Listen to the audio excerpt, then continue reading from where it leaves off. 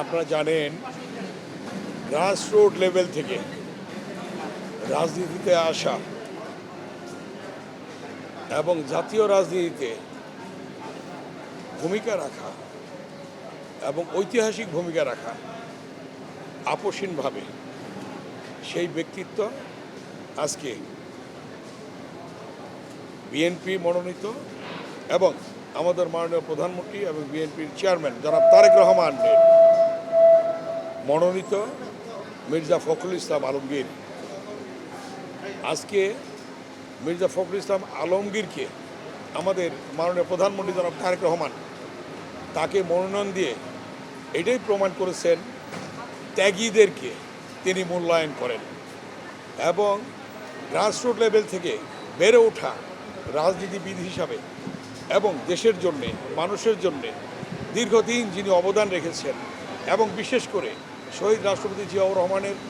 আদর্শের প্রতি তার বিশ্বাস এবং তিনবারের প্রধানমন্ত্রী দেশনেত্রী বেগম খালেদা জিয়ার নেতৃত্বের প্রতি তার আস্থা এবং আজকের মাননীয় প্রধানমন্ত্রী বিএনপির চেয়ারম্যান জনাব তারেক রহমানের প্রতি তার যে আস্থা, তার যে বিশ্বাস, তার যে অবদান, সেটাই প্রমাণিত হয়েছে আজকে তাকে মনোনয়ন দেওয়ার মধ্য দিয়ে। আমরা আশা করি আমাদের মহামান্য রাষ্ট্রপতি আজকে নির্বাচনের পরে তিনি দেশের জন্যে, দেশের মানুষের জন্যে তিনি অবদান রাখবেন। আগামীতে দেশকে বিশ্ব দরবারে মাথা উঁচু করে দাঁড়ানোর জন্যে যা যা করণীয় তিনি সেটা করবেন দেশের মানুষের জন্য। আসলে আপনারা জানেন যে ৩৫ বছর পরে আজকে নির্বাচন হচ্ছে, রাষ্ট্রপতি নির্বাচন। এটাই প্রমাণ করে যে আজকে বিরোধী দল প্রার্থী দিয়েছে, সরকারি দল প্রার্থী দিয়েছে, যে গণতন্ত্রের যে একটা মূল্যায়ন এবং দেশ যে গণতন্ত্রের ধাবিত হয়েছে এবং আজকে যে গণতন্ত্র প্রাতিষ্ঠানিক রূপ পেয়েছে দীর্ঘ ১৭ বছর আন্দোলনের মধ্য দিয়ে এবং বিশেষ করে ইলিয়াস আলী গুম হয়েছে, চৌধুরী আলম গুম হয়েছে, সুমন গুম হয়েছে এবং সর্বশেষ ছাত্র জনতার বিশেষ করে আবু সাইদ ওয়াসিম, রিয়াজ সহ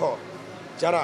অবদান রেখেছে, যাদের রক্তের বিনিময়ে আজকে আমরা ভোটাধিকার পেয়েছিলাম, সেই ভোটাধিকারের মাধ্যমে যে গণতান্ত্রিক সরকার হয়েছে, সেই গণতান্ত্রিক সরকার প্রধান আজকে মাননীয় প্রধানমন্ত্রী জনাব তারেক রহমান গণতন্ত্রকে প্রাতিষ্ঠানিক রূপ দেওয়ার জন্যে তিনি যে পরিশ্রম করছেন, কাজ করছেন, সকলের সাথে কথা বলছেন দলমত নির্বিশেষে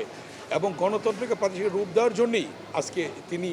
এই ব্যবস্থা গ্রহণ করেছেন এবং এই নির্বাচন প্রমাণ করে যে গণতন্ত্র আজকে প্রাতিষ্ঠানিক রূপ পেয়েছে এবং দেশ গণতন্ত্রের দিকে ধাবিত হচ্ছে।